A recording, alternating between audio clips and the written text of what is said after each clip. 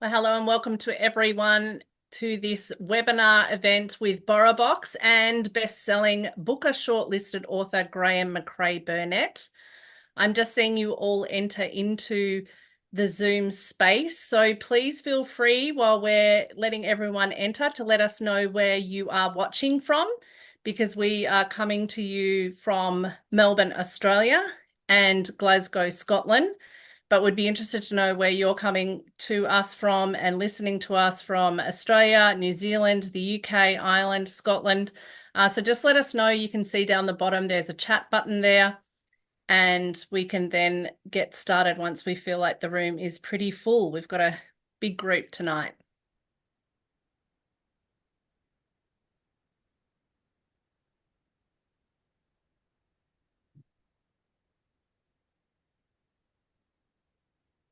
Okay, I think we're started. Well, my name's Natasha Boyd, and I am part of the digital team in BorrowBox in Melbourne, Australia, like I mentioned. And it is an absolute thrill to be bringing you another live webinar event. These have been so successful with libraries that we have contact with around Australia and overseas. And today we're going to be talking to Graeme Macrae Burnet. I know that some of you are actually in your libraries having a morning cuppa or maybe an evening drink, depending on your time zone. And just before we get started, I'll remind you that this webinar is being recorded and you will be able to view it in about a week or two on our YouTube channel and share it with friends or family who are not able to be with us today. And a reminder that if you want to take part in the question time, that'll be happening in the second half of this session after I have a bit of a Q&A with Graeme. You will be able to do that via the Q&A button at the bottom of your screen. We'd love for you to let us know which library you're dialing in from, and we make sure that we'll try and get through as many questions as we can. So let me introduce our guest. Graeme was born in Kilmarnock and now lives in Glasgow. He is the author of 5 novels with the Case of Matricide that was published in October last year. And at Belinda, we were really pleased to be able to record another one of his books, which you can see here, which was the 3rd in the Detective Gorski trilogy. Indeed, Belinda has actually recorded all of these on audiobook, and they're available on your BorrowBox app for you to download as audio or also as ebook. His bloody project was shortlisted for the 2016 Booker Prize, and he was also shortlisted for the LA Times Mystery Book of the Year and the European Crime Fiction Prize, and he won the Saltire Prize for Fiction. It was variously described as astonishing, fiendishly readable, and spellbinding. Case Study was longlisted for the 2022 Booker Prize, and it was shortlisted for the Gordon Byrne Prize and included in the New York Times 100 Notable Books that year of 2022. Our own Hannah Kent called it a novel of mind-bending brilliance. Graeme's work has been translated into 20 languages and he's appeared at festivals all over the world. So it's an absolute thrill to be speaking to you as such an esteemed writer. Welcome, Graeme. Oh, thank you so much for that lovely, lovely introduction. I'd forgotten some of that stuff, and it's brilliant. So, hello to everybody who's joined online. It's kind of weird but exciting because obviously we can't see the audience, but I know you're all out there. So, many thanks for coming along.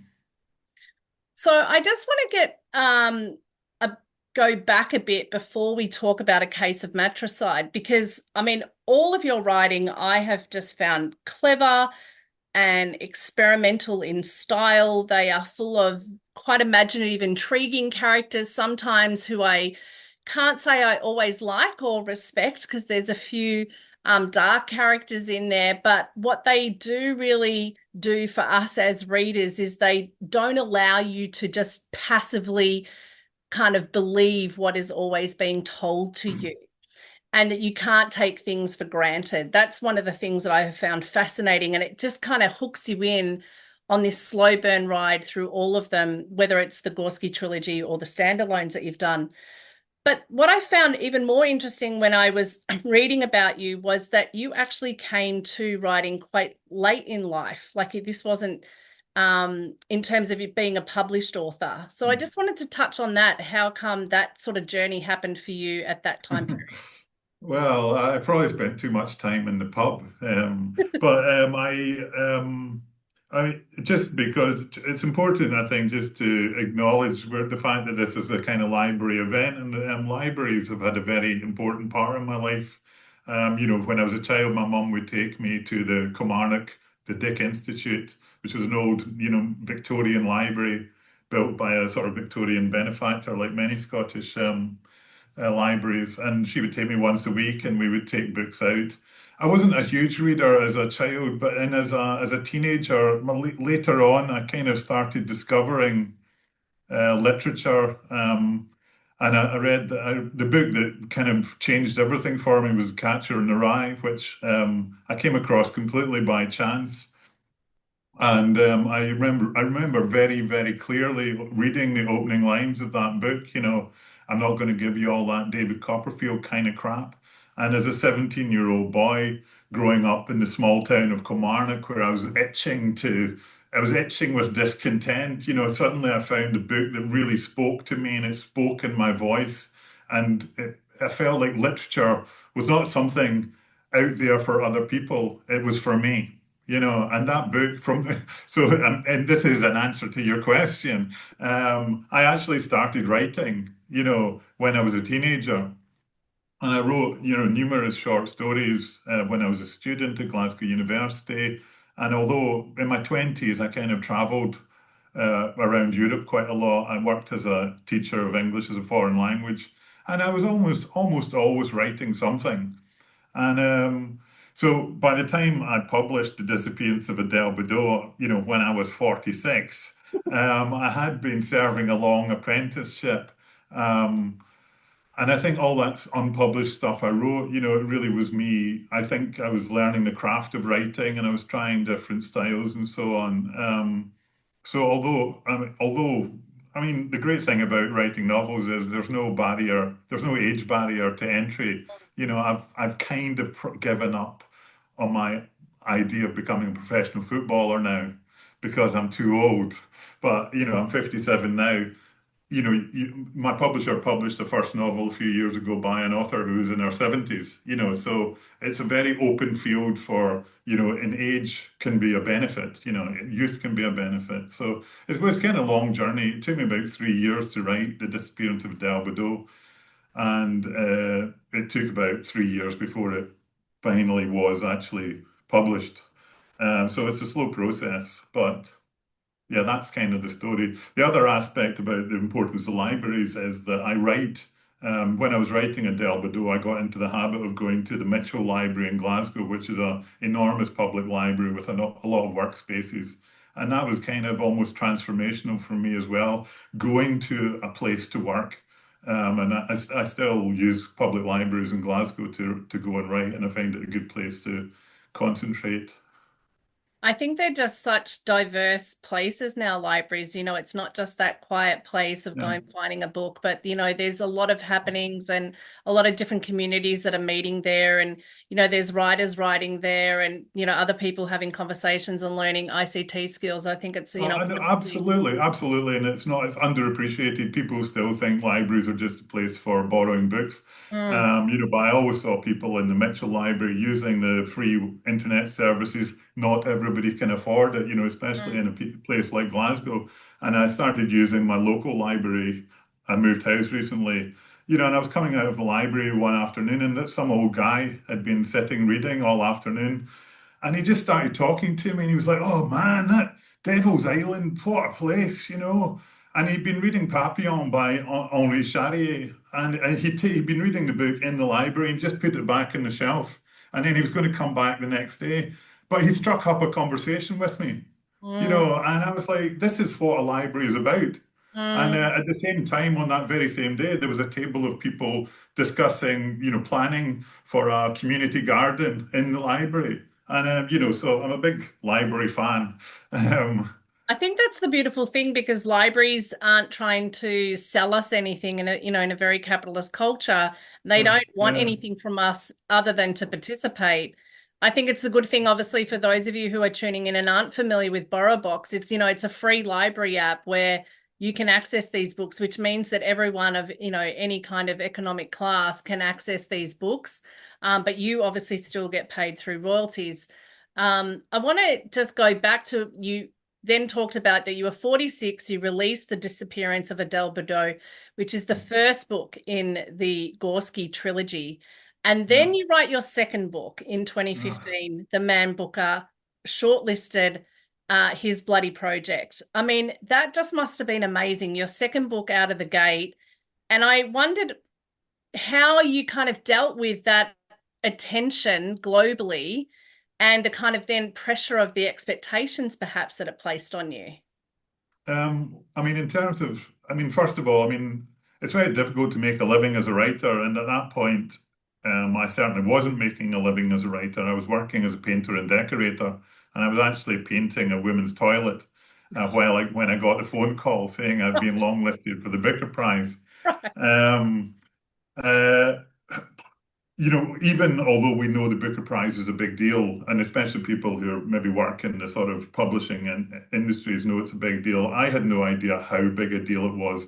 And even when the book His Bloody Project was on the long list, that immediately brings, the attention of, publishers abroad. In fact, Text and my brilliant, wonderful Australian publisher, I'm going to say hello to anybody from Text in case they're listening. Yeah.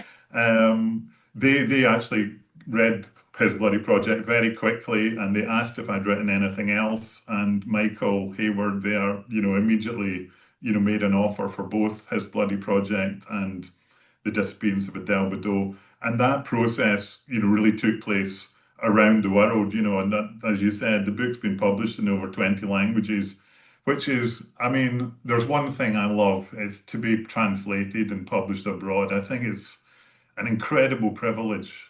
The idea that somebody is reading your book in China or in Russia or in New Zealand or, South Korea. Mm.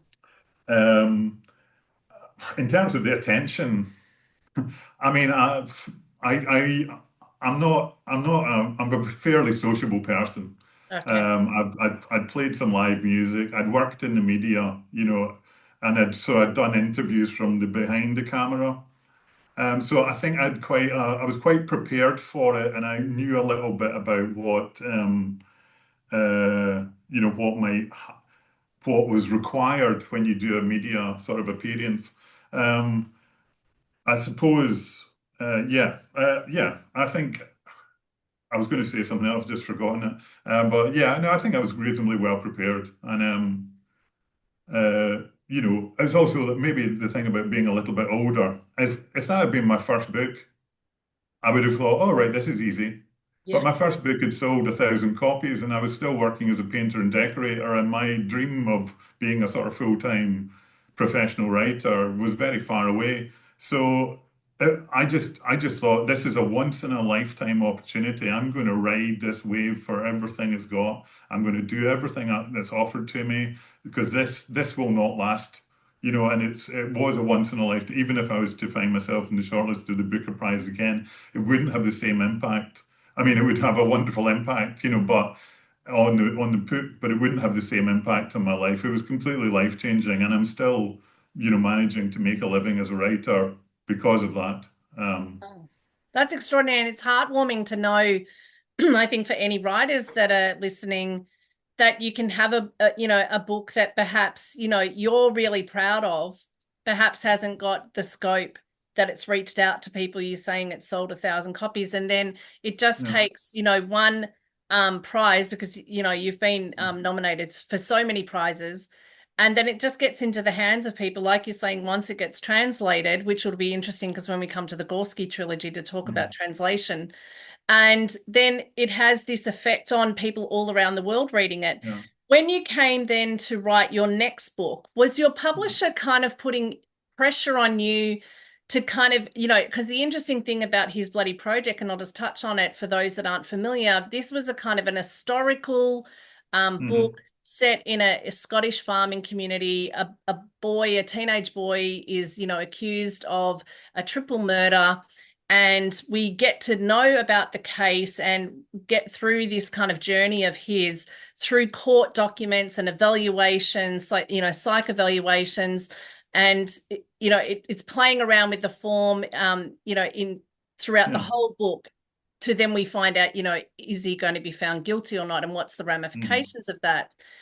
Was your publisher kind of saying, okay, this form kind of works, and then when you kind of say, hey, I'm going to come back to do another Gorski novel, Mm. uh, was there that pressure that on you, I or mean, were I'm they I'm quite very, very accepting? lucky that my publisher in the UK is a very small independent publisher called Saraban Books, and they've done an amazing job for me. And actually, the kind of question, in a way, goes back to writing His Bloody Project, because I'd started off writing a detective novel set in a small town in France, Disappearance of Adele Badeau. Most publishers would want you to continue doing that because publishers love a long-running detective series, Yeah. and readers often love those as well. Mm. So when I had my first conversation with my publisher when she was doing Adele Badeau, and she said, "What are you writing now?" And I said, "I'm writing a novel set in 19th century Scotland, which you've just described beautifully." And she was like, "Okay, great." There was no pressure to do the same thing. And I think that is the benefit of being with an independent publisher. And as I've moved through what I think I can now call my career, I think I've so. always wanted After to a work. decade, yes, you can. Yeah, Yeah. I think I've always wanted to work with people, and this goes with my literary agent, Isabel Dixon, as well, who will support me in writing whatever I want to write. I don't want to be pigeonholed into writing crime detective fiction, literary fiction. I want to write whatever I want. Mm. Um, it so happened that just at the point when his bloody project was longlisted for the Booker, I literally that week just finished the first draft of what is the accident on the 35 behind you on the shelf there, which is the second part of the Gorski. So I'd already written a draft of that book. I think if I hadn't got that kind of in the bank, I might have felt a certain amount of pressure, or what should I do now? Because, his bloody project it was an incredible success, especially for a book that's not an obvious bestseller. But again, going back to my relationship with my publisher, we did have a conversation, and I was like, I was a bit like, oh my God, what am I going to do now? And she said to me, and I'll never forget it, she said, if you don't want to write anything, don't write anything. And Mm. I just find that astonishing, because this is not only the big success for me, it's a huge success for a publisher. Whether you're at Penguin Books or Bloomsbury, if you've got a book on the Booker shortlist, you're having a champagne party. We were drinking cava because we couldn't afford champagne. But so it was a big success for her, and for her to say, she appreciates me as a human being. I'm not a writing machine. So I'm very fortunate to have that freedom, and I continue to have that freedom. I mean, lots of people, which is lovely, as you've mentioned, Case of Matricide is the final part of a trilogy. Mm. And I get little messages through social media saying, "Oh, why no more Gorski?" Which I take as a big compliment, but that's it. They feel And I've affection for decided, him. Yeah. yeah, I I love think Gorski. when you came then to write books two and three, was it easier because you had a sense of place and you knew Gorski and he'd kind of got under your skin? Or was it hard to actually kind of think, what am I going to do next in the format of book two and Hmm. three after you'd already set it up in book one? And also you, I Yeah. guess, developing as a writer. Yeah. I mean, it's a good question because the two aspects you mentioned, I think of these books as having two central characters. One is Mm, Gorski, of course, and the other is the town of San Louis.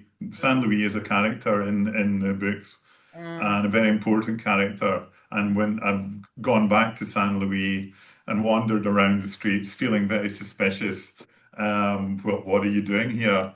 Um, so absolutely, I had that very clearly in my mind, and I knew Gorski well enough by that point. So if you put Gorski in any situation, I know how he'll behave. I know what makes him feel uncomfortable, and Mm. so on.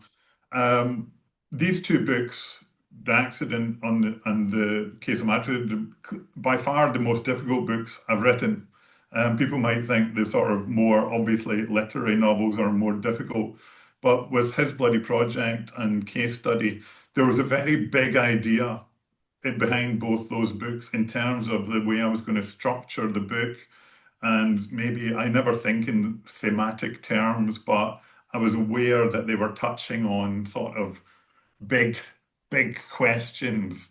Mm, Whereas the Gorski books, and this is why, I'm so fond of them myself, and I've written three of them, they're concerned with the minutiae of life and the sort of drama behind what are apparently not very significant events. So they're, in a way, they're quieter books, which doesn't mean that to me they're less important or less profound, for want of a better word. But they don't, it's when you're going through the process of writing a novel, which for me takes quite a long time, you have to keep faith with what you're writing. mm. And when you've got a big, stonking, big idea, what in the film business they call high concept, that can pull you through the dark moments. So with the Gorski books, you're only there with Gorski sitting in a bar having another glass of wine. He certainly does love his wine, I have to say, Graeme. I was getting concerned about his consumption throughout the whole series. I'm not Yeah. sure about his liver, but he himself doesn't think that it is affecting his ability to do his job. No, but plenty of people have got into behind the steering wheel of a car saying, "Oh yeah, I'm fine to Yeah. drive," Yeah. when they're not. No. Yeah. I don't think of. I mean, I never sort of step outside the characters and diagnose them with conditions or whatever. I don't think of Gorski as an alcoholic. I Mm, just think of him as somebody who drinks a lot, and it's yeah. part of Right. his daily routine, daily round. And the books are set in about 1980. It's never completely specified. And although he drinks a lot and it's mentioned a lot, he doesn't drink a lot at the same time, usually. There's a couple of occasions where he does. But he'll stop in a bar and have a little, I like the word snifter. I don't know if it's very familiar in Australia. It's not a familiar phrase that I've heard in here, but he does say that quite, after Yeah. lunch, kind of around lunchtime, he's going to have a Yeah, yeah. A break from snifter is just everything. like, oh yeah, it's just like maybe a small glass of white wine, just a quick snifter. Yeah, right. It's not a heavy session. Yeah, right. I You think, probably tell that I've got some experience of drinking yeah. myself. Well, you need to do the research. And I think it's interesting Absolutely. for you to mention how you're not judging your characters and you're getting into their consciousness, like within the Mm, characters, because he's got a lot going on, Gorski. If we get into him, in book three, we find that he is separated from his wife. Celine mm, has, sort of had all the money in that relationship. Her father's the mayor of the town, but she's had enough. She's left him. Gorski's had to return to living with his mother, mm, and she is not doing well. She's quite ailing, and he has a really good relationship with his daughter, who's now a mm. teenager. And that's a beautiful relationship. There's this beautiful scene where they're cooking together and he Yeah, misses I know. her terribly. Thank you for mentioning that. Those are the scenes that, it is a crime novel. It's a detective novel, and it Mm, has to some extent the structure of a crime novel. But I am much more interested as a writer in the scene when Clemence, his daughter, comes round and he cooks for her mm, because they're doing something, but hopefully there's something going on behind their actions. There's a kind of communication. It allows them to communicate. mm. And that's quite a few people have mentioned that scene to me, and that means a lot to me because this is where we're really getting into the character of the novel, and it's not about, I don't really care about the solving of the crimes, and Mm. Gorsky doesn't much either. And Um, there's a few times, in the previous books, and for those that haven't read them, I won't give any spoilers, but Gorski is a really good, intuitive detective, and he sort of follows his gut. And, he'll ask the hard questions, and he's very strategic with using hmm. silence as a way to Yeah, yes, draw the kind yes. of interview Yeah, subject to, give him the answer that he wants. But at yeah. other times, he's quite questionable because he's willing to let certain things go and there's this sort of conundrum with him because we get to know a lot he's very human, I feel, as a detective. Mm. We know that we feel that when he was young, he was a loner, he was bullied, he wasn't very well liked. He has an interesting relationship, with his parents. He becomes chief of police, and almost similarly, he is friendless. His work colleagues don't respect him too much. He's Mm. quite, He continuing that feels long. like an outsider in Yeah. every aspect of his life. He feels like an outsider. As you mentioned, as a kid, he wasn't one of the boys who had all the pals.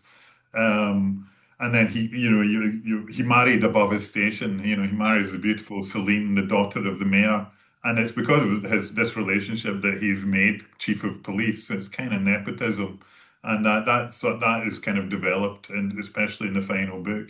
And going back to when I was writing the first book, it's quite difficult anyway, choosing good names for your characters.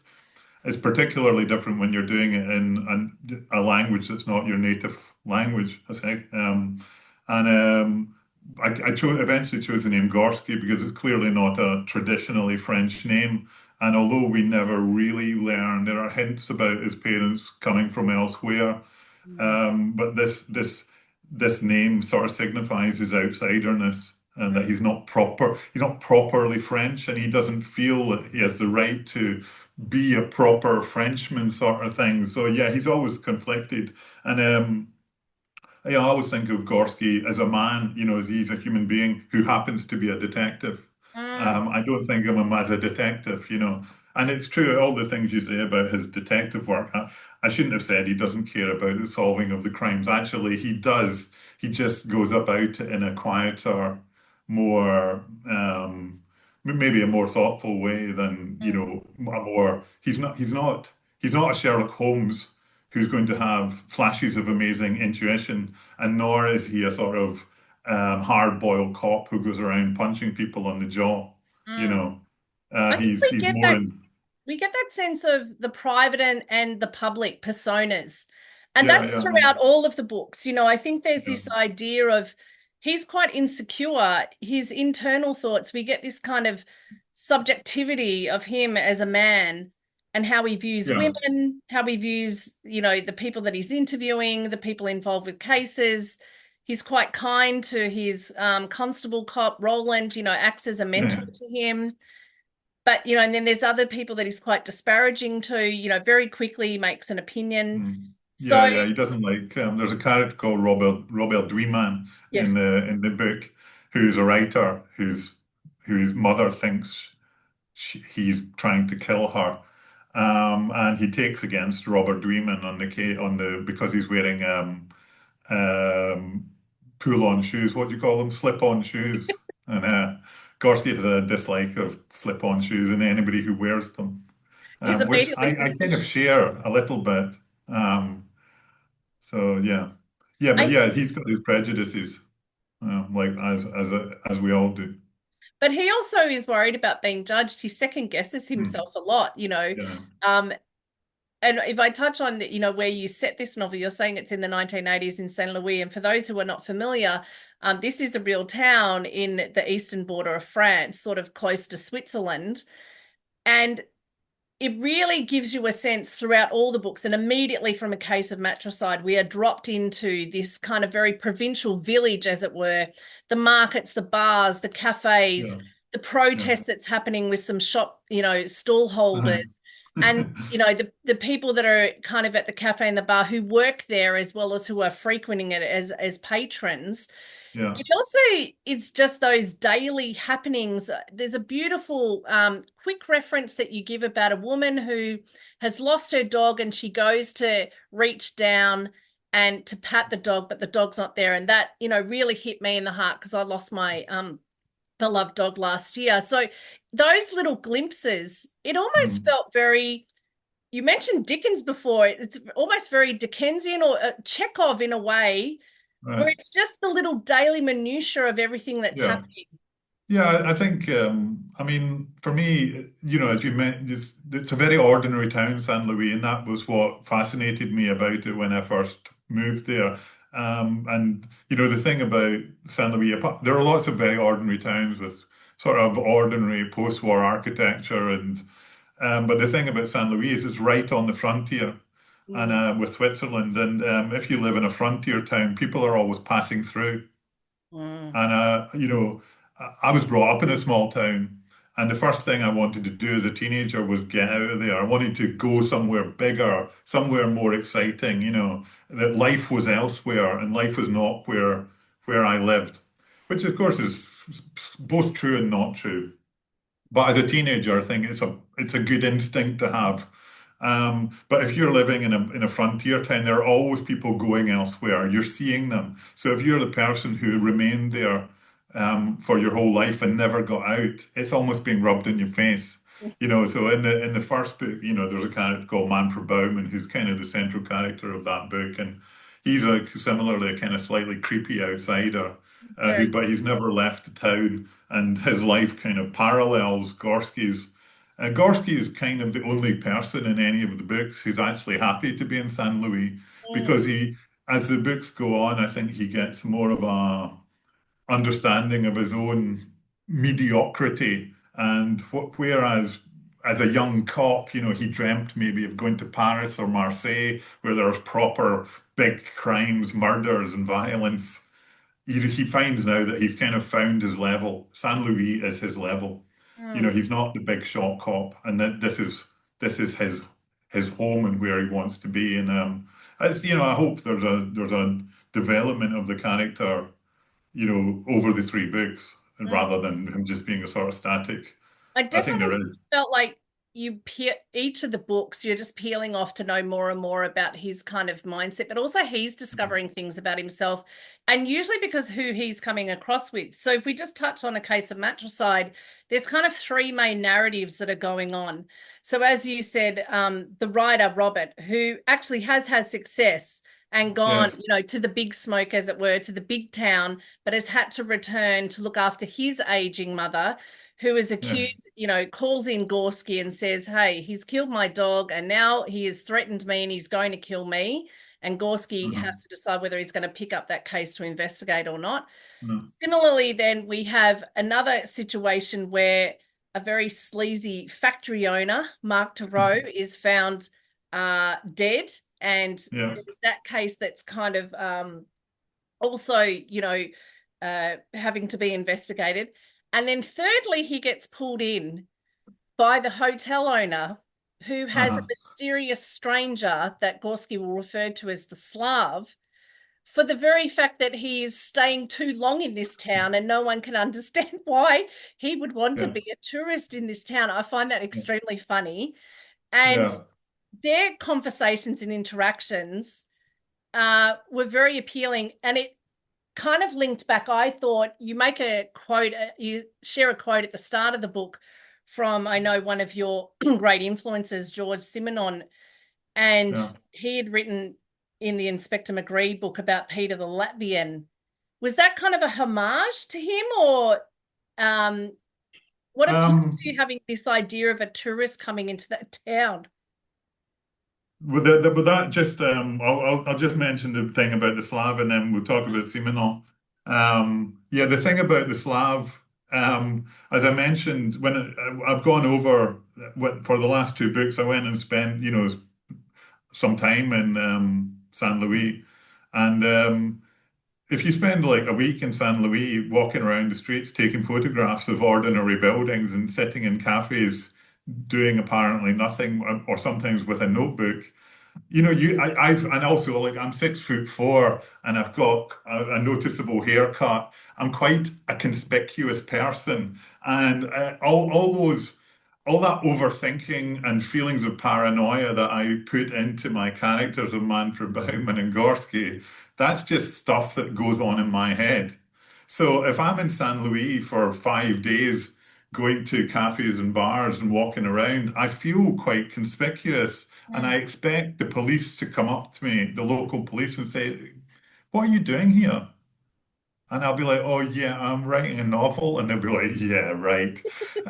So that feeling of sort of conspicuousness and feeling very noticeable, that was the kind of germ of idea for the story of the Slav who, as you said, the hotelier, the hotel manager, calls Gorski purely on the basis of the Slav has stayed for 4 or 5 days and appears to have no plans to leave. So what is he doing in the town? Yeah. Um, I think that that kind of plot line is a kind of slightly more surreal, doppelgangery European sort of Kafka sort of plot line in the book.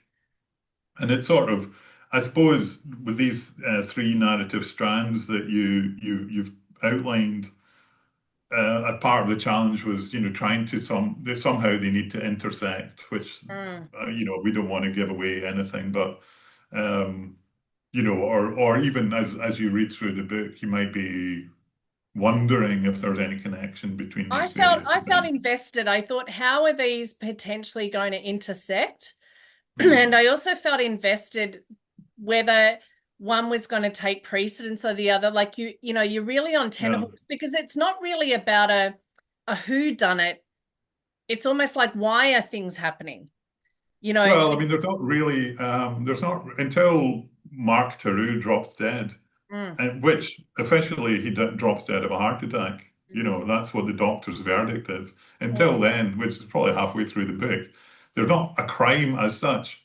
There is the suspicion of the old lady, the elderly lady who thinks that her son is going to kill her.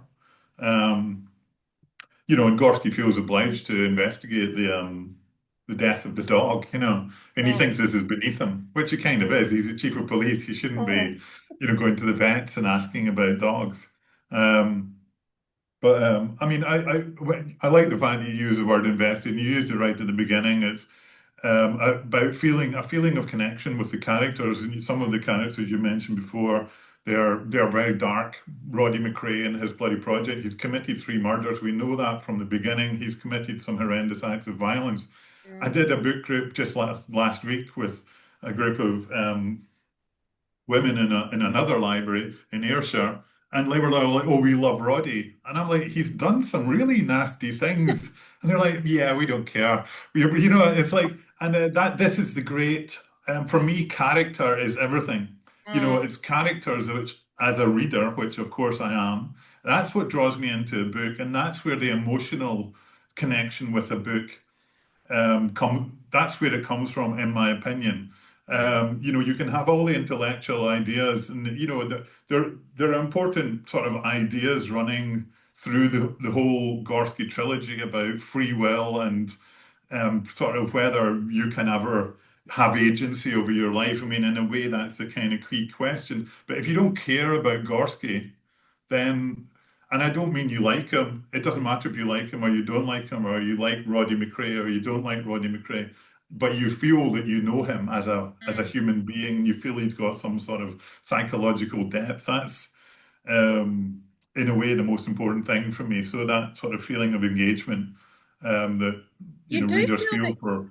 you do feel you know them because you're understanding their motives, but there's also a lot of guilt Yeah, that's yeah. being touched on. There's interesting relationships between all the mothers and sons, and by that I Mm, also mean the absent fathers as well. mm, Throughout the whole trilogy, there's interesting relationships between Gorski and his mother, but then also his father. And we tap more uh, into his kind of childhood in book 3 than we have before, so we get yeah. these other little understandings of him. But then also Robert with his mother, and then we have Raymond, who we have not even touched on yet. So I do want to just Uh, bring in Raymond because what a character.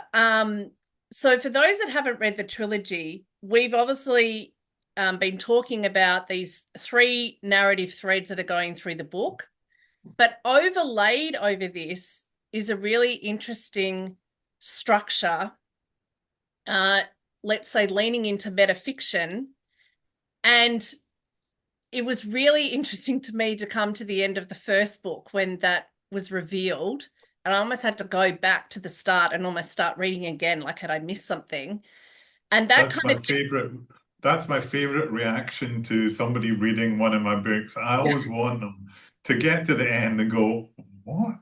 I, I, And I I'm going to definitely, have to read this again. I definitely thought I had to go back to chapter 1 and think if I missed it. And so, for those of you not familiar, these books that we're reading as Gorski have actually been written by Raymond Brunet and have been translated. And we are now reading a translation. And we talked about translation at the start of this conversation. And of course, metafiction is not something new. Like there's a lot of really well-known writers and books that have sort of lent into that kind of framework, and I'm thinking of, Atonement, Cloud Atlas, Magpie, Murders. There's a lot of old classics that also lead into Well, actually, time. just to interject there, what we now often refer to as metafiction, as you say, these books are presented as being the work of the fictional French author Raymond Brunet and Mm, translated by me, and I write various little introductions and afterwards about Brunet. These kind of, and you use the word experimental, right at the very beginning of the session, the event, and the techniques that I use, in his bloody project, where the book is constructed through a series of documents, these have been around since the very beginning of the novel. mm, And if you read Wilkie Collins' The Moonstone, obviously that's not the beginning of the novel, but the very first detective novel in English language, each chapter is narrated by a different character. And so as you read through, you get different versions of the same events. And that's so striking because you start not believing what you've read before, and mm, and as a reader, you become very active because you have to make up your own mind who's telling the truth or who's not telling the truth. And mm, if you look at, Robert Louis Stevenson or Bram Stoker, all the 19th century novels, somebody receives a letter, then we read the letter. There are always documents and so on. The very first novel, possibly Don Quixote, is a fake translation. It was a found document translated from the Arabic. So all these techniques have been around. There's nothing original in anything I've done. I mean, maybe then the way I've done it, or I'm using it in detective fiction, that's perhaps unusual. mm. But I suppose I'm hoping to bring another layer to to the three books, and with with the second and third books, The Accident and then Case of Matricide, these I wrote as Raymond Brunet because they both deal with episodes in his real life. Raymond Brunet's father was a lawyer in the town of Saint Louis who was killed in a car accident on the A35. And so when Raymond Brunet then writes a book, a fictionalized version of about a lawyer who's killed in a car accident on the A35. And this brings us back very neatly to Raymond, because Raymond is the other central character in that book, who's a 17-year-old son who's Mm. investigating the accident that his father's been killed in. Um, There's a and lot of yeah, parallel stories going on. Like you have to work as a reader, but I actually quite like that. And I think also interestingly, when we hear another perspective and it works in with memory, because how, I see an event compared to how my sister sees an event from our yeah, childhood is all dependent on our own point of view and our own recall of that memory. And indeed, that absolutely. happens for Gorski. Yeah, no, but it happens. That's to me, it's if all of us listening now were we probably couldn't if we were sitting in a bar or a cafe and a fight broke out in the corner of the cafe, 10 minutes later, when the police came to say what happened, our version of events for each person would be different Mm, because we didn't see the same things. We remember different things. And then the truth of what happened is only some sort of amalgam of these various versions of what happened. And that's if something happened half an hour before. mm. Childhood memories, with you and your sister remembering things very differently. That happens with me and my sister. So like, no, no, I did that. That was my transistor Yeah. radio. You know what I mean? It wasn't, it was mine. Yeah. Um, so yeah, no, but that's, I mean, with especially his bloody project, that was very much the intention behind the book to give different versions of events and allow or kind of compel the reader to have to make up his or her own mind about what's actually occurred. is Roddy insane? Is he not insane? I don't provide the answers. And I always want, and I always want the reader to be in that kind of active role, Mm. because I find it engaging. I definitely was thinking with Gorski, that as he's reflecting back on his childhood, and then, the decisions that he's having to make, he's kind of constantly reevaluating his place in how he was a friend to his childhood mate, Pigeon, and how he kind of Yeah, treated him. And then, and then there's, the relationship with his wife and why she was even with him, why he's with her. There's always this yeah, constant reevaluating going on. And then at the same time, he's got his professional side. So there's this private and public yeah, persona. And then we come absolutely. Yeah. to this clash But of those two worlds where there's two twists, and I don't want to ruin it for anyone. I won't give a spoiler. But when I got to the first of those twists, I actually had to stop because I thought, I'm not sure if I want to go on to the next chapter because I was I just didn't so even know there was stunned. two twists. Well, I'll tell you offline. But Yeah, yeah, yeah. the first twist when at the train station is all I'll say. Um, I was really shocked by the state of mind and what was happening. And I actually couldn't believe Mm. if this was going to be, how it was going to follow, how the book was maybe going to sort of transpire at that point. And then we Uh-huh. come to a second decision that Right. then stunned me even more than the first. Are you aware of when you're writing? Because I'm not sure if you're planning things out. Did you know that that was always going to be the ending, even, at No, the time of writing this third book, or even before at the start of the whole trilogy? I mean, just in terms of writing Case of Matricide, I never plan anything, Mm, and I'm against planning because I want if I feel like if I had a plan and I'm writing towards a particular goal, then I'm closing down the possibility that the book will move and shift in different directions. Um, and it's when writing the first draft that you write something that you had no idea you were going to write before you went to the library that morning. mm, That's when some sort of electricity happens. Um, so absolutely, I don't think about. I find I don't like the idea of a twist mm, because to me it sounds as if I'm manipulating the reader or almost a sort of cynical narrative ploy. I know that's not what you're suggesting, but mm, when people say, you must have a twist, it's like, well, I'm not going to have a twist because this is what happens. I didn't, of course, I have a role in deciding what happens and bringing things together. But I would never write something thinking that oh, the reader's going to be surprised by this. I mean, when you're talking about two twists, I actually don't know what two twists you mean. mm. I mean, Right. I can think I know the first one you're referring to, but I don't actually know. So something that was surprising to you, that's Mm. fantastic. But I didn't do it deliberately. I did it, but I wrote whatever it was because that's what I feel is going to happen. And Um, it's the natural choice when you're in the consciousness of the character. Yeah, because when you're writing the character, each scene begets the next scene. Mm, So once you've written a scene, then another scene will follow from that. I mm, mean, with A Case of Matchside, it it was slightly different in terms of my sort of approach to it because it was absolutely the final part of a trilogy, and a trilogy is not the same as a series even although it's not just a matter there's only three. To me, a trilogy is something that has a kind of organic whole. And although you can read each book separately, there are references to characters from different books. Even the character who's mentioned completely in passing, the old lady whose dog has died and she puts her hand to pet it and it's not there. She's actually mentioned in two of the books. I'm She gonna have to go appears back and find her. almost as she's there in the background, and Yeah. it's um Well, I was if I shocked had a plan, when Adele turned up in book three. You could have knocked me over, but I just couldn't that's believe a it. bit of a spoiler. No, but you know what? I didn't even know what Anyway, time period we were in.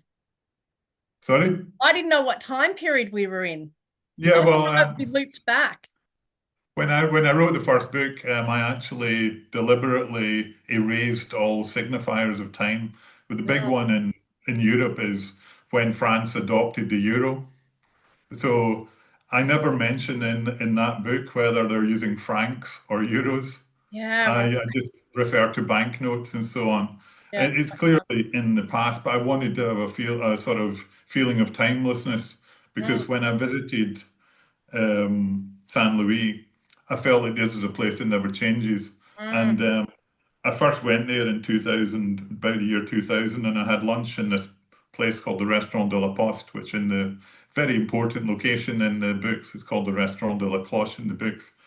And I had lunch there. I was completely fascinated by the milieu. It felt like I was in a Simenal novel, and I could see all the regular customers around me and the routine. And I went back 10 years later. It was 10 years later that I wrote Adele Badeau. That place had stuck in my mind for 10 years. I went back and I had exactly the same lunch because the menu hadn't changed.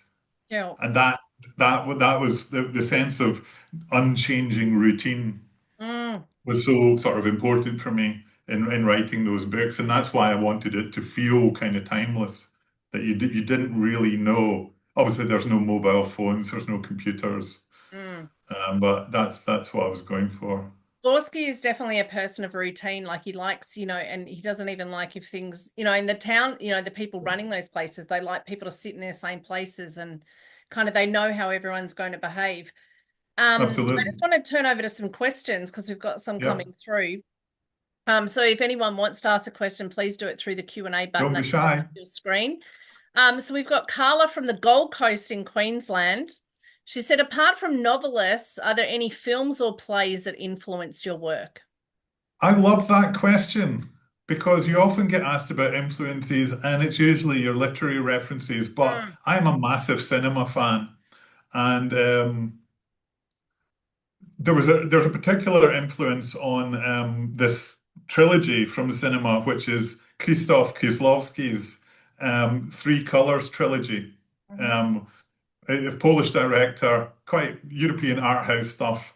And if you watch the trilogy in order, there appear to be three completely separate stories. And I don't want to give a spoiler, but when you get to the end of it, the end of the third film, which is Red, you're like, oh my God. And it brings everything together. And right. you realize that in a way, everything that we have watched in the three films has preceded this moment. And I found that that's what, when I talk about a trilogy, it's not three separate films Mm, linked by thematic mm, um, concerns. Here, it's got a narrative, and here it has an organic kind of whole. So that was a little influence on the Gorsky trilogy. But probably, I mean, in a way, my biggest influence of all, certainly from the cinematic world, is the work of the European director Michael Haneke, okay. whose most famous film, again, this is very sort of European art house. He started off very avant-garde and has become more conventional as his career went on. Probably the most famous film that he made is called Caché, or in French, or Hidden. Um, and I remember when this film came out, maybe about 2000, mid 2000s probably. And it ends with a long shot of two of the characters talking on the steps of a school, but you don't know what they're saying. In fact, they're so small you can miss them. And it's completely open-ended. And because it was so open-ended, I've never known a film that created so much conversation among the people who saw it because Mm, he doesn't tell you what happened. And mm, so then you leave the cinema with your friends, you're going, what went on? mm, And somebody's like, oh well, yeah, this is what happened. And you're like, no, no, no. And it was that open-endedness that I find it's been a real influence on me. And I think it's very exciting. And not, I think maybe if you want a very conventional piece of crime fiction, there are many thousands of books that will deliver the narrative closure and resolution that is conventionally found in detective fiction. I don't tend to do that, and some readers who are very used to that, they're like, well, I'm disappointed by the ending. I want to know what happened, and Mm, that's okay. I'm not writing for everybody. Nobody can write for everybody. mm. But I've learned from directors like Haneke that leaving things open can be extremely exciting and invigorating for the viewer of the film. That So was yes, the that's a accident of great question. A35. The accident of A35 really did that to me, where I had to really think about the Yeah, ending, which I won't talk about, but it does, uh, really it leaves it up to your interpretation with some of the items. And yeah, again, it's about who you are and what place you are. Like readers bring as much to the book as the author is because it's your absolutely, experience. Yeah. absolutely, We've got absolutely. another question. Yeah. Haley Thank from you for that question from Was it Queensland, the Gold Queensland. Coast? Yes, yes. Yeah, nice. Haley from London in UK. Do you have any tricks for overcoming stumbling blocks during the writing process? Um, Tricks. Well, there's no trick. Mm, I mean, every day when I go to my desk or I go to the library is a struggle. I never want to be writing. I would always rather be doing something else. And I can be in the middle of a sentence and want to walk away and make myself a cup of coffee, go to the fridge, make a sandwich. I'm a terrible procrastinator. So this is a daily struggle. So what are my tricks? There's no trick. mm, You write, you sit, you make yourself do it. There's no, I mean, part of going to the library for me is a trick. It's like I leave the house, I'm going to work.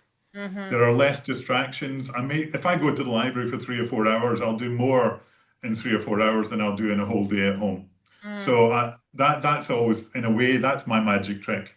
mm. Um, if you do you want to know my more secret magic trick?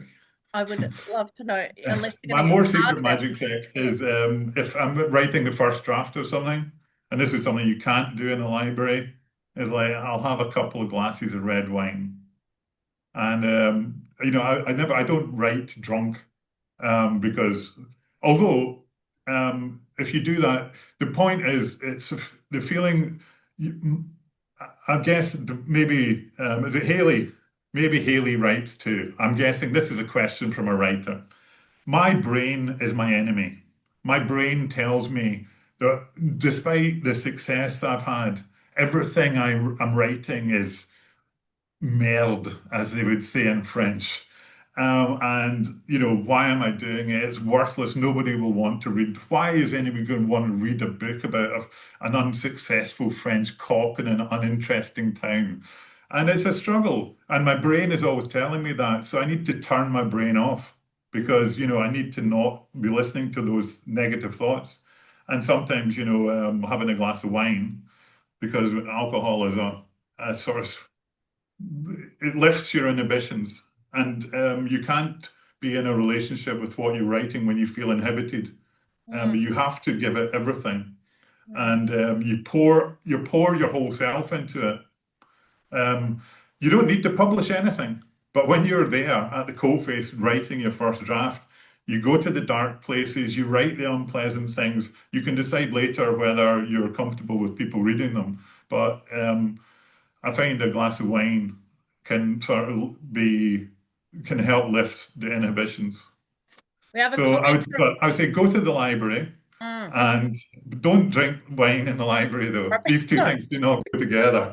two separate two But separate honestly, it's just kind of whatever it takes, mm, whatever it takes. I mean, sometimes I get so angry with myself, I'll spend a whole day doing absolutely nothing, and then I'll force myself to go to my little office where I am now and try to write, 1,000 words or something.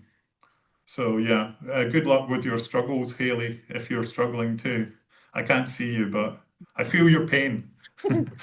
Martina says snifter is a common word to drinkers in Oz. So obviously, maybe I'm not drinking enough to You're know that. either not drinking enough or you're drinking too much because a snifter is just a quick one. Yeah, yeah. So Well, maybe you yeah, just don't that's have a sniff, you yeah, just go straight for the whole bottle. yeah, that's it. And maybe it depends what you're drinking. Haley, yeah, that was Haley, so thank you. Diane just is making a comment. She's from Nillumbik in Melbourne. She loves listening to the author talk. It's so interesting to learn about authors' experiences and inspirations to write and how they develop their storylines. So thank you, Diane. Thank Next, you. we've got Mark. Do you find it hard to maintain mystery in your writing? And do you ever worry about meanings not being overt enough for readers to pick up on? How much credit do you give Um, to the reader that they'll be able to decipher those complex plot points?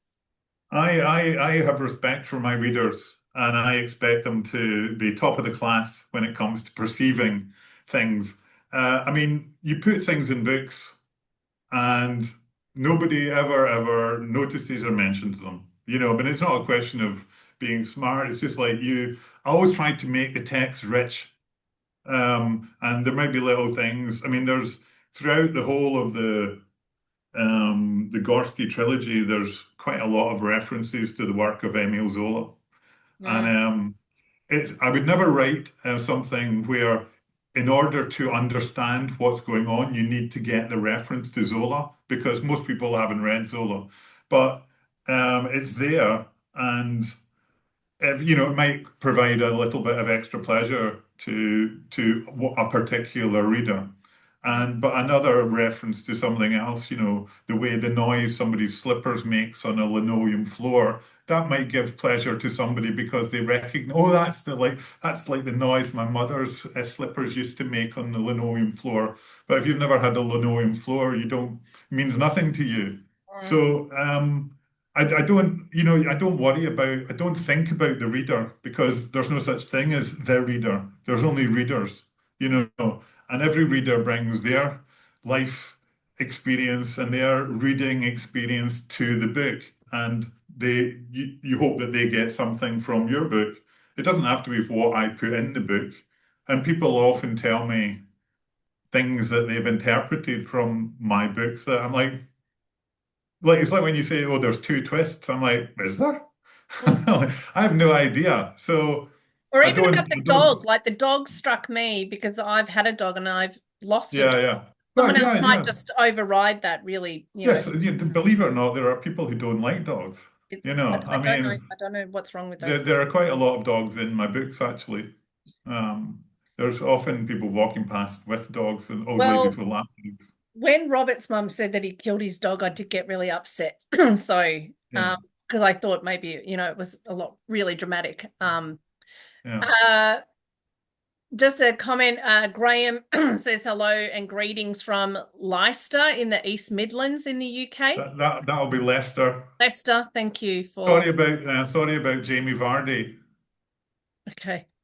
That's just a comment Great, great, for great. the Graham is people in understanding Leicester. that. Misunderstanding that right now. Actually, because I've got the audiobook sitting here, I was just thinking about that we've had the audiobook narrator that we've had for all the three books who's done Mhm. a great job. And I just wondered if you just wanted to make a comment about that audiobook process. Well, I think, I mean, yeah, Jeffrey Breton, I think he does a fantastic job and he's got a great voice. And Mm, I think most authors, and including myself, don't get too involved in the process. mm, Depending on the book, because with this book, Jeffrey Breton had read the other two. It was absolutely logical. You want that continuation of the mm, same voice and tone through the trilogy, the consistency. So that was a kind of um, easy decision. Also, he's very good. And with case study, which I see behind you, there was two central characters, and I wanted there to be two different narrators. And I got sent. I remember getting sent the female audition reels, and there was one, the person who ended up reading it. And as soon as I heard it, I was like, oh my God, that's the voice of the character. It was just absolutely perfect.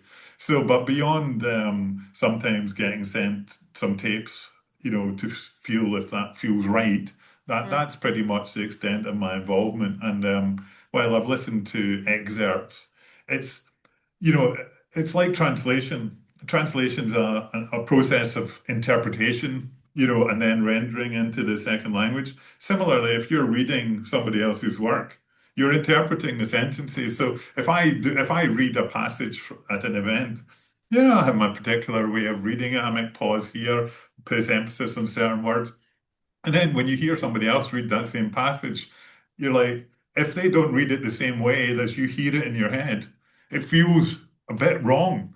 Mm, It's not wrong, it's just the way they're reading it. mm. But it's a kind of quite odd experience hearing somebody read your work at length. But it's the audiobook market, has become such a exciting and more important thing over the last few years, with the advent of sort of the downloads and so on. I mean, I used to work in a bookshop, but a while ago, and an audiobook came in like 10 CDs, and it cost like 100 quid. And you had to change the CD, whereas now you can listen anywhere, and it's an exciting development, and I'm all for people being able to consume the book in whatever way is their preference, whether it's listening to Jeffrey Breton in the car, on the commute, while you're doing the housework, or using ebooks. It's all good, you know. I think, yeah, we get read stories when we're young. My dad read to Yeah, me, and we hear those stories first before we can read the stories. Is one yeah. of the things I've always commented. That's The that's thing, the thing I love about Jeffrey is I think, and you're right, it's all about where he's putting the emphasis and also the uh, pacing that he's deciding for yeah, the story. Because your observations of the town, he's giving a real nuance to those uh, observations in the town. And he's also doing a great job with all the accents that you give him, with the range of, female yeah, characters and then the male character. There's a lot of yeah, dialogue here in these books, a lot of yeah, conversations, but there's also that wry humor, and he has that really good twist uh, on it. And then yeah, the Slav obviously has got a really great accent, so it gives you that kind of feeling of a performance that you can feel like you're yeah, in yeah, yeah, amongst the yeah. town, seeing these people. Yes, yeah, that idea of being told a story Mm, by an experienced storyteller taking his time. Although I'm not a big listener to audiobooks, my favorite novel is Crime and Punishment, and I've read it a few times, but I decided to listen to the audiobook or an audio version. It was read by an actor called Don Warrington, who I don't know if he's well known in Australia, but he was a very famous character in a sitcom in the 1970s and 80s here. And listening to him read Dostoevsky, a book that I know pretty well, it was just like, wow, what a joy. This is absolutely, and it was bringing new life to the book for me, because I've got a very visual imagination mm. for places, not for people and characters, but for the milieu, rooms, streets, and so on. So when, Dostoevsky is describing Raskolnikov walking around St. Petersburg. I have a very clear picture of that.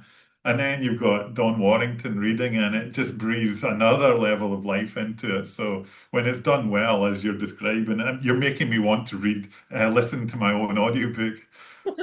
Well, Jeffrey would be grateful, I'm sure. Yeah. Graham from Leicester Uh, says too soon. Too soon for oh, the yeah, that's about Jamie Vardy. Jamie We're Vardy. having some football talk. Yeah, Uh, yeah. I just want to move on. Now we've got on to our hot seat challenge. For those of oh, you right, who've okay. been watching our Come events on. over the past year and a half, we always end on a hot seat challenge. So I know that you'll be up for this. Quick rapid fire questions. We'll see how you go. Okay, I'm nervous. Yeah, just get the tension going, like I felt at the end of Case of Matricide, that's for sure. I should have my glass of red wine now, Yeah, you should have even although it's only 11 o'clock in the your morning. at 11. Here it'd be okay because it's about 8 o'clock in the evening here. Well, first question, morning person or night owl? Night owl. Favorite place to write or read? For writing, a library. For reading, outside in a park in the sun. Nice. Do you listen to music or silence when you write? Silence. Hmm. Well, that's good then that if the library's that you're in a quiet corner. Yeah. Favorite drink while writing, and is it different afterwards to celebrate the end of writing the novel? The only drink I use for writing is red wine. That's the writing drink. After you've finished, anything goes. I'm more of a beer drinker, but if I go Okay. out, I drink beer. If I'm at home, I probably drink wine. Yeah. But yeah. There's a reference actually in one of in your book where they talk about drinking beer or drinking wine. Favorite book you loved as a child? I think I would have to say the Dr. Dolittle books. Ah, that's a Hugh nice one. Lofting. I mean, talking animals. I That's know. it. You know, Yes. Yes, those. Oh, it's so long since I've thought of that book. Yes. A book that you return to again and again.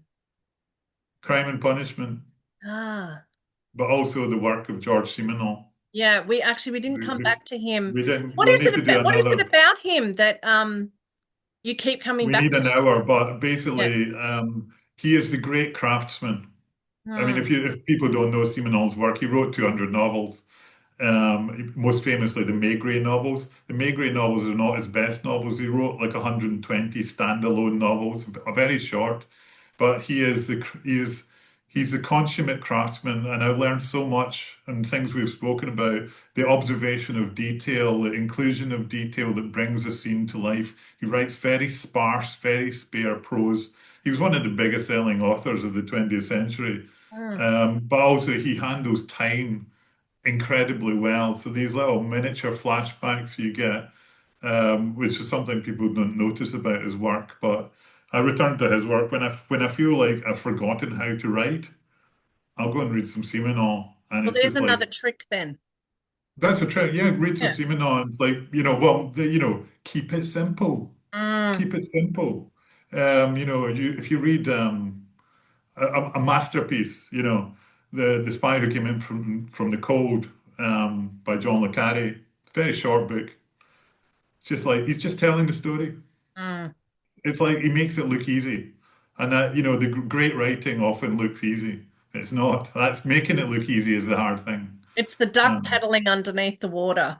Absolutely. Yeah. And the cutting of things. Mm. That was a very long answer for your hot Yeah, seat yeah, it's not, questions. but it's You're worth back it. on it. Come on, Natasha.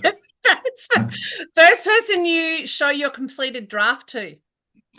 I don't show any of my drafts while I'm writing. I have one friend called Victoria Evans she used to work as a script editor and drama producer in television, and she's the person that sees any of my drafts first, Okay. generally speaking.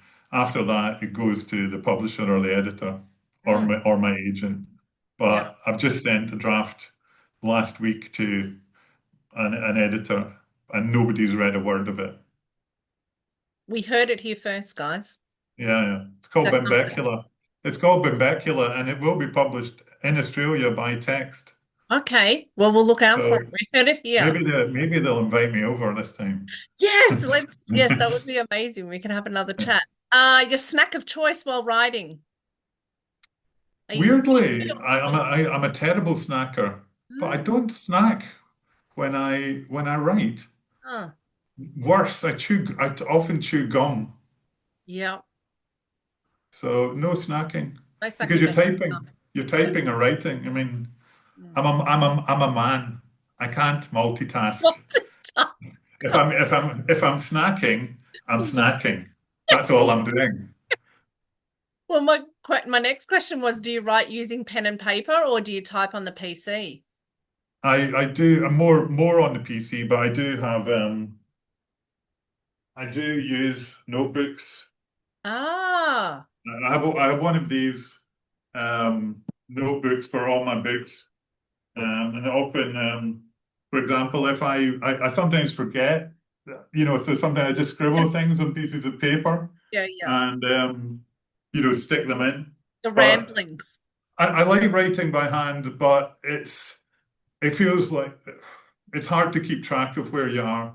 Mm, But I do both, and my notebooks are very important to me. mm.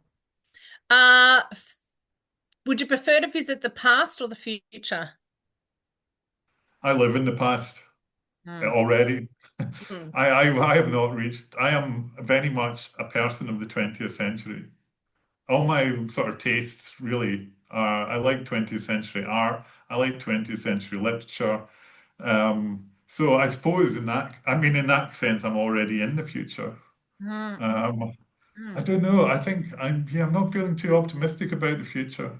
mm, If I could visit one place, I would love to go back to and be in post-war Paris mm. in a basement where Miles Davis is playing some jazz and Camus dancing with Simone de Beauvoir, and we're all smoking lots and lots of cigarettes and drinking lots of red wine. That's where I'd like to Good be. times. Good times there. Yeah. They will come again. Favorite book to screen or stage adaptation? You mean the adaptation, I Like you've suppose? read a book and then it's hit, Hmm. TV series, film, play. I mean, that is tough. I mean, Mm, that's a tough one. I mm. mean, one of my favorite films is Cabaret, Oh my gosh. I which talk, was, I've actually never read the book. Goodbye to Berlin. It's been on my shelf for years. I am a So I Berliner. can't say that. Uh, I think great books don't often make great films. I think great films are often made from more popular kind of work. So I'll say, to give you a proper answer, I'll Mm, say The Maltese Falcon because both the book and the film are masterpieces. yeah. And the film is almost the book is almost a script for the film, and it's an incredibly faithful adaptation, Mm, beautifully rendered. mm. John Huston's first film. So I didn't yeah, realize Maltese this. Falcon. Yeah, it's a brilliant film. Um, what's your favorite smell? Well, for the purposes of the family audience, I am going to say I used to love the smell of petrol before they took the lead out. As a kid, Only I loved leaded it. petrol. Yeah. Yeah, leaded petrol. Ooh, I've probably got a bit high from it. Yeah. I love the smell of barbecue. Well, it's a very Aussie thing here, so I Yeah, agree with you. I concur. yeah. A sound or noise that you love. I love drumming. I mean, I'm a big when I like to listen to the drums in a piece of music. Mm, I'm always interested. Really good sort of pop or rock music is always distinguished by great drumming. mm. So I'm going to say drumming. A sound or noise you hate, Hmm. apart from I'll bad. tell you, I've recently acquired a cat, and Steve, I thought he might visit us during the session. Steve hates the sound of packing tape being taken off a box, or Ah, even sellotape being ripped off. I personally don't mind it, but he doesn't like that. right. Are you a collector of anything? I used to collect football mugs. So if I went to a sort of city, I'd buy a mug of the local football team. Is that Um, Jamie Vardy? Was that a football reference? Yes, it Yeah. was. And I Okay. don't have a Leicester City mug because I've never been to Leicester. Oh, there you go. But that's kind of fallen. I've got, I mean, you could say I've got a pretty extensive collection of Simenon books. Okay. And Yeah. I would say that I collect them to the extent that I would possibly buy one that I've already read, which is like, that's collecting. That's when you've got a problem. Um, so yeah, I'll say Simenon books. Yeah. Graeme said you're welcome in Leicester anytime, so Thank you. gotta get I'd over love to there. visit. Um, who was your childhood celebrity crush? When I was a teenager, it was Liza Minnelli. Oh, well, there's the cabaret reference. Yeah. Hmm. Um, there was a short-lived female tennis player called Carling Bassett who was about almost exactly the same age as me. She was Okay. Canadian, I think, Yeah. and I had a terrible crush on her. Luckily, she only played one Wimbledon, so I never saw her again. I mean, I wasn't playing Wimbledon; I was watching on TV. Yeah. Um, What superpower would you love to have? I would love to be able to I'd love to be able to speak French fluently. Hmm. Would that I help think, would that help with the translation of these books? well, it would indeed. Yes. I'd like to be able to play the piano brilliantly. These Oh. are kind of sort of normal superpowers, but I always think, Hmm. hats off to the translators because as a sort of typical British monoglot, I feel full of admiration for people who speak many languages. Mm, yes.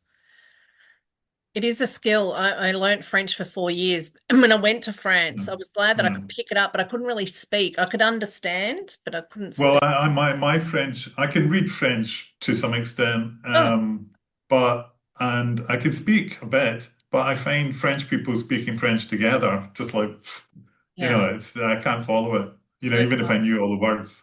yeah. So you need to immerse yourself there. I did live in France for a short time, but not long enough to really get it. What skill do you have that might surprise us? I'm a pretty decent cook. Ah, there you And go. I really like to cook, and uh, and that's a kind of switch off for me to just go and make something nice to eat, you know. Therapeutic. Yeah, yeah, yeah. So I wouldn't want to big myself up in case anybody turns up for dinner unexpectedly and be Mm. like, well, okay, show us your skills. But yeah, I'm okay. I'm okay in the kitchen. Yeah, you can rustle something up. Yeah. Window seat or aisle seat? I'm 6'4". The aisle every time. What am I And I asking? stick my legs out and I Yeah. trip the And annoy stewardesses everyone. over. Yeah. Mm. Very annoying, but Poor the seats child. are too small. Yeah. And No. the idea of coming to Australia, I mean, these long haul flights are very arduous for me. Yeah. But once you get here, it's amazing. It's amazing. Of Yeah. course it is. I loved it, but it's a long way. Yeah. And the last one, what's your bucket list travel destination? I really want to go to Belarus. Oh, that Yeah. that really See, surprised. now there's a twist. Well, I didn't think it was going to be The France because I know you've been all around there. Well, no, And I've been all over Gorski France. doesn't even want to leave. He's happy to be in St. Yeah, Louis. yeah.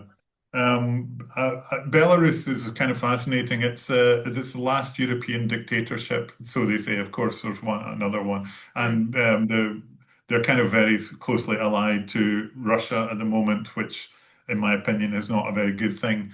mm, And I think it would probably be inadvisable for me to travel to Belarus at the moment. mm. So in that case, I'm going to say Albania Oh, because I've never been to Albania. wow. Um, Albania is down sort of just north of Greece, Mm. and it was formerly a very, very strict dictatorship. It was kind of like the North Korea of Europe. But really interesting Eurovision entries. So Absolutely, and that's the most important thing, it's the most important thing because it's about to come on in a couple of weeks. Um, right? I just want to say thank you. You have passed the hot seat challenge. I Yay! also want to thank my colleague Bridget, who's been working behind Yes, the scenes on all of the tech, and also Finlay Charlesworth at Blake Friedman. I Darren, think Finley's watching, so I'm going to say hi to Finley, and Finley is brilliant. He's just a lovely, lovely. I'm going to call him young man, which sounds a bit patronized, but he's a lovely young guy and brilliantly efficient. And um, thank you also to Bridget. Darren at Text Publishing. I want to thank him, who has been really supportive. And also, I just really want to thank the audience for tuning in, for Absolutely. your questions, for listening. We hope that you've really enjoyed it. And I want to thank you, Graeme, for such amazing insights to your intelligent and imaginative work and your mind. I've really had a great time. And just a reminder to everyone that you'll be able to share this with friends or family who haven't been able to watch on our socials YouTube channel in a couple of weeks. And don't forget to ask your library about future library events that we're going to have. Next month, on the 18th of June, we've got TM Logan. And then in July, we have Dervla McTiernan. and later in the year in September, Kate Atkinson. So it's a really great lineup that we've had this year, and I'm really pleased that we got a chance to chat, Graeme. It's been absolutely Well, fascinating. I'd like to thank everybody for coming along as well, and especially also thank you, Natasha, for very fun chat and lots of good questions. You clearly know the books really well, which is always really, really nice. So many thanks, and thanks just for having me along. Thank you. Thank you, everyone. Good morning, good evening, good afternoon, and we look forward to seeing you soon. Bye.